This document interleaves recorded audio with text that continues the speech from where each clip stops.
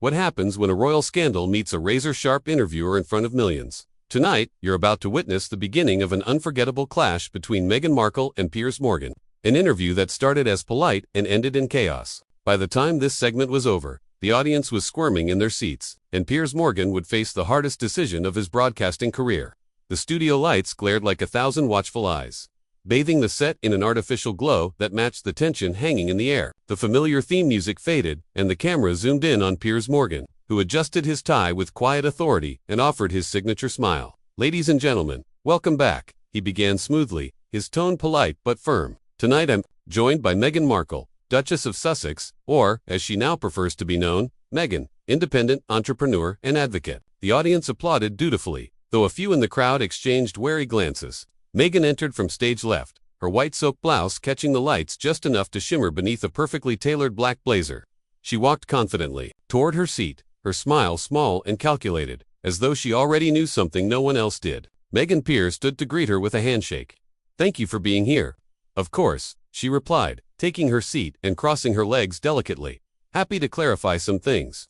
It seems people are always confused about me." Her tone, though calm, carried a faint sneer, already hinting at what was to come. Piers chuckled lightly. "Let's see if we can clear that confusion tonight. Then, let me begin with what everyone wants to know. Your departure from the royal family. Do you regret leaving, or do you feel it was inevitable?" Meghan tilted her head and blinked slowly as if the question bored her. "Well," she said coolly, "if you'd been paying attention, you'd know I left because I had better things to do with my life than play dress-up for the tabloids." There was a ripple in the audience. Muffled gasps, some nervous laughter. Piers kept his composure. "So, you feel the monarchy was simply a spectacle then, not a duty?" "I think playing dress-up and waving from a balcony is hardly what I'd call duty," she said, her lips curving into a faint smirk. He nodded, jotting something in his notes. "And yet, the monarchy has existed for centuries, upheld by people who seem to see it them as more than theatrics. Do you think those who stayed, like William and Kate, are wasting their lives?" "Not my problem," Meghan said, adjusting her cuff. "If they enjoy it, good for them. Some people thrive on irrelevance." That drew a louder murmur from the audience. Piers kept his voice steady. "And yet, Meghan, you benefited from that same irrelevance when you married into it. Do you think you owe it any respect?" Meghan laughed lightly, though it sounded rehearsed. "Oh, please. I gave them a splash of relevance. I brought color, literally and metaphorically." More gasped as Piers merely raised an eyebrow. "Well," he said finally, "you are certainly not shy about your opinions. Let's move to another point then. Your current relationship with the press. Many feel you court publicity when it benefits you and decry it when it doesn't. How would you respond to that?" "I'd say," she began leaning forward, "that people like you need to learn the difference between privacy and secrecy.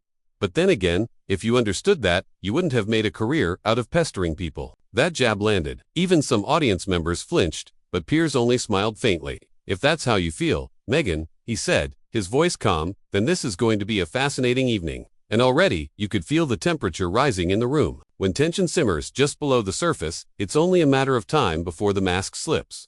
Tonight, Meghan Markle's poised exterior begins to crack under Piers Morgan's unflinching questions.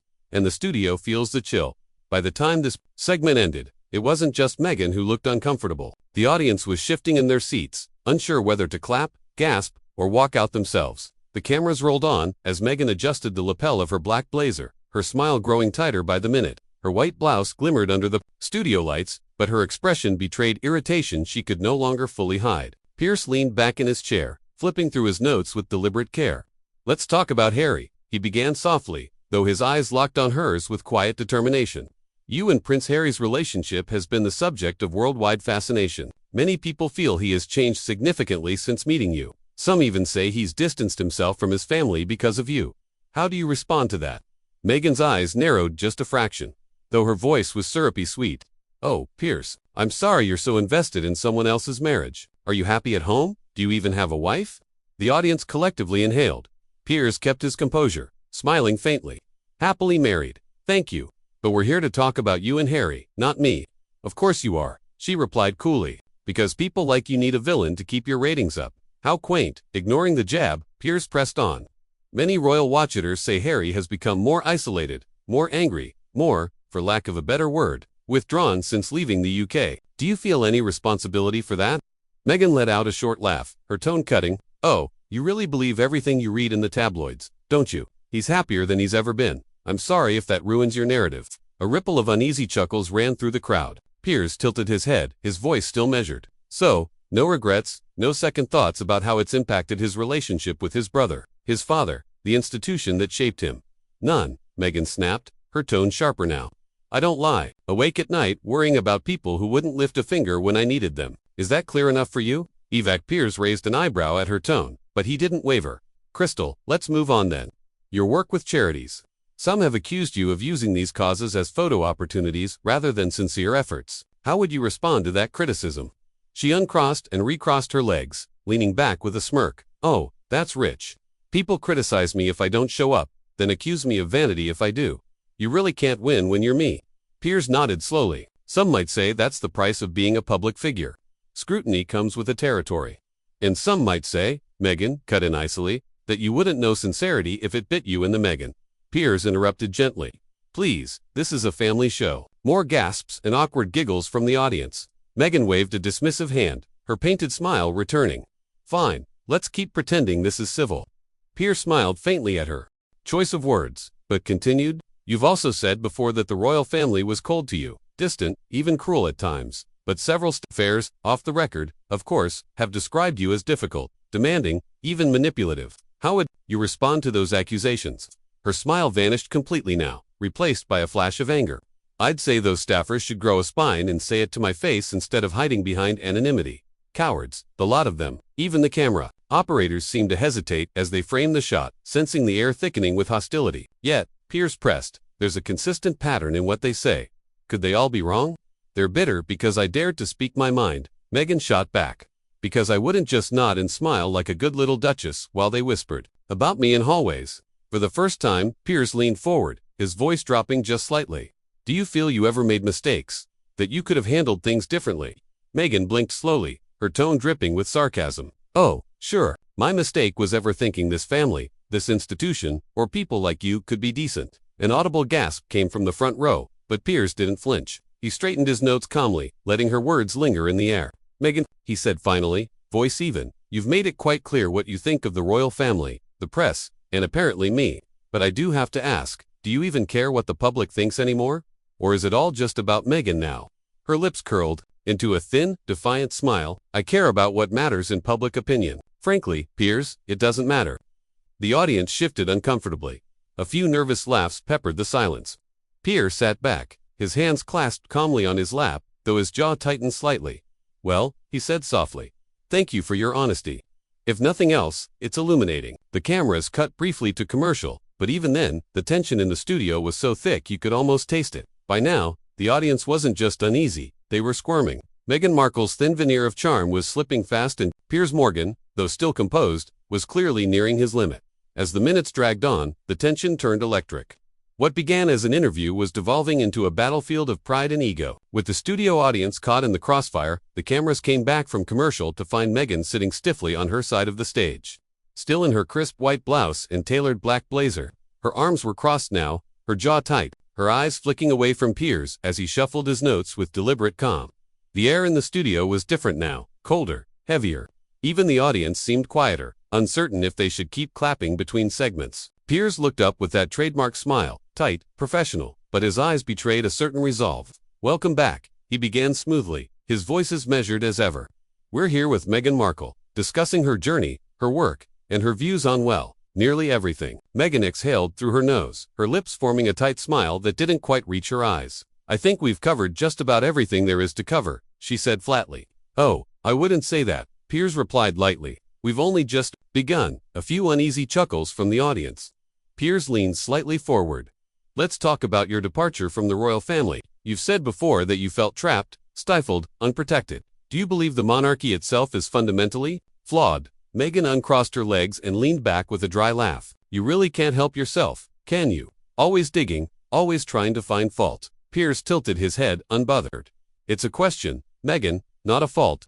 Do you believe the monarchy is flawed? Her eyes flashed and she rolled them dramatically. I believe the monarchy is outdated. It's a relic and I chose not to let it destroy me the way it's destroyed so many others. That clear enough for you? The audience stirred, some whispering, others glancing at each other nervously. Piers nodded slowly. Crystal, he said, but do you ever consider that perhaps, just perhaps, the problem wasn't entirely the institution, but how you approached it? Meghan's laugh this time was sharp. Oh, of course, blame the woman. How original. I didn't say blame, Piers countered calmly. I said, consider. Do you take any responsibility for how things unfolded? Her smirk returned, but it was colder. Now, I take responsibility for putting myself first for once in my life. Something you, and apparently half of Britain, seem to have a real problem with. More shifting in the audience. The tension was palpable now. Piers pressed on, undeterred. Let's move on to your media ventures. The podcast, the Netflix deals, the children's book. Some critics say it seems more like a personal rebrand than meaningful work. How would you respond to that? Meghan's eyebrows arched high. Well, Piers, critics always have something to say, don't they? When I was silent, I was a coward. When I spoke up, I was calculating. Maybe the problem is less about me and more about people like you who can't stand a woman in control. Piers folded his hands in front of him, still calm, but his eyes were noticeably sharper now. Or perhaps, he said quietly, the problem is when someone confuses control with entitlement. Do you think your critics might have a point? Her laugh was bitter this time. You'd love that, wouldn't you? If I just admitted I was the villain you've always wanted me to be. Sorry to disappoint you. A faint murmur of discomfort swept through the audience. Even the crew members behind the cameras exchanged uneasy glances. Piers kept his gaze steady. It's not about villains and heroes. It's about choices and consequences. Meghan leaned forward now, her tone openly mocking. Oh, thank you, Piers. Enlighten me about consequences because clearly you're the expert on public relations disasters. A few awkward laughs from the back of the audience, but most were stone silent. Piers smiled thinly. I've certainly had my share, but unlike you, I've never tried to play the victim while cashing in on the role. That line hit hard. Meghan's eyes narrowed to slits. Wow, she said, her voice low and dripping with disdain. You really think you've got me all figured out, don't you?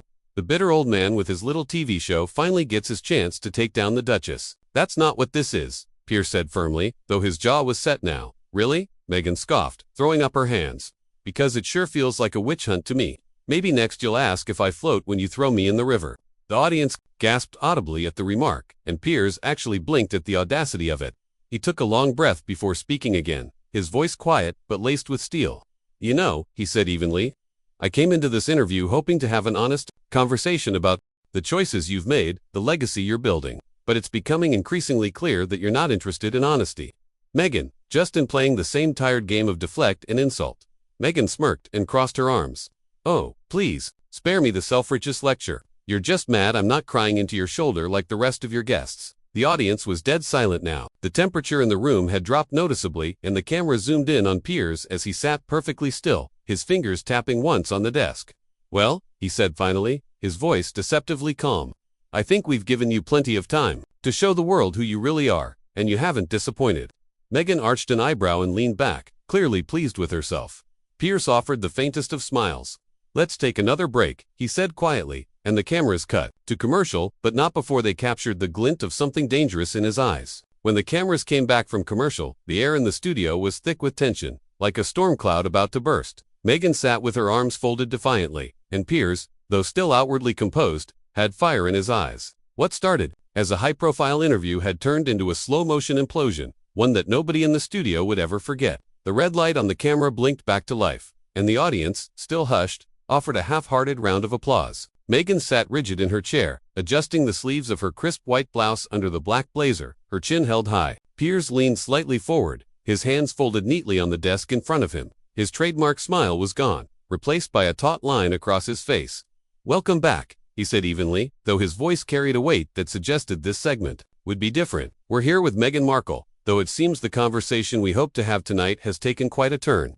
Meghan rolled her eyes so dramatically that a few audience members actually gasped. Oh, don't act like you're surprised, Piers, she said, her voice dripping with sarcasm. This is exactly the kind of gotcha spectacle you live for, isn't it?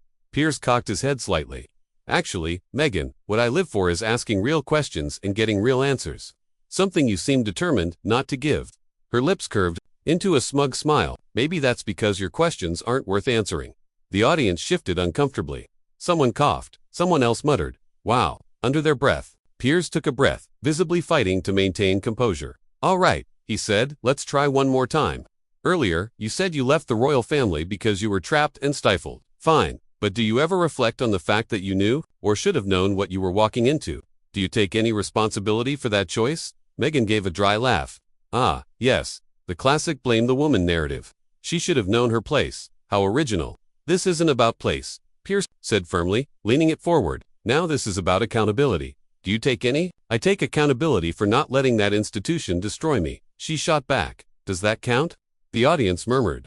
Some looked at her with admiration, others visibly uncomfortable. Piers pressed his lips together, nodded slightly. Very well, and what about Harry? Many say he's not the man he used to be, that he's cut ties with friends, family, his country, because of your influence. Do you feel any remorse for how isolated he's become? Meghan's smirk froze for just a moment, and her eyes hardened. Oh please. Harry made his own choices. He's a grown man, not some puppet on my strings. But of course, you'd assume otherwise. Anything to paint me as the Wicked Witch. That's not what I said, Piers replied sharply. But you seem awfully defensive. About it, she leaned forward now, her voice low, mocking. Defensive. But, no Piers, I just don't feel the need to sit here and justify my marriage to you of all people. Are you jealous? Is that what this is about? There were audible gasps in the studio. Even Piers's eyes widened for a brief second at the audacity of the comment. He straightened in his chair, his fingers drumming once on the desk. I think we're done here, he said quietly. Meghan tilted her head, clearly enjoying herself. Oh, what happened to your tough questions? Run out of steam. Pierre stood. The audience was dead silent.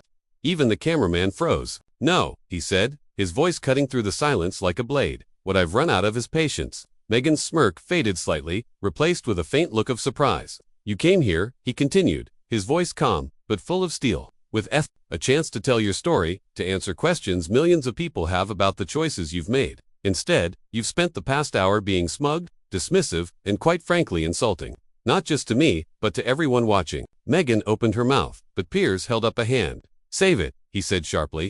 I've interviewed prime ministers, presidents, and actual royalty. People who disagreed with me, but still managed to answer questions like adults. But you, he shook his head, you've mistaken this studio for your Instagram page, thinking you can control every word, every angle, every narrative. The audience was dead quiet, all eyes fixed on the confrontation. You want to play victim? Fine. You want to play the misunderstood hero? Be my guest. But not on my show, he continued, his voice rising just enough to carry to every corner of the room. I will not sit here and let you insult my profession, my audience, and my intelligence any longer. You can leave now. The words hung in the air like thunder. Meghan's eyes flashed. For a moment, it looked as though she might argue, but then she simply gave a dry laugh, unhooked her microphone, and stood. Well, she said coolly, adjusting her blazer, at least now everyone's seen the real Piers Morgan. Bitter, small, predictable. And now, Piers replied without missing a beat. They've seen the real Meghan Markle. Arrogant, entitled, and worst of all, boring. The audience collectively gasped, and Meghan's lips tightened into a thin line.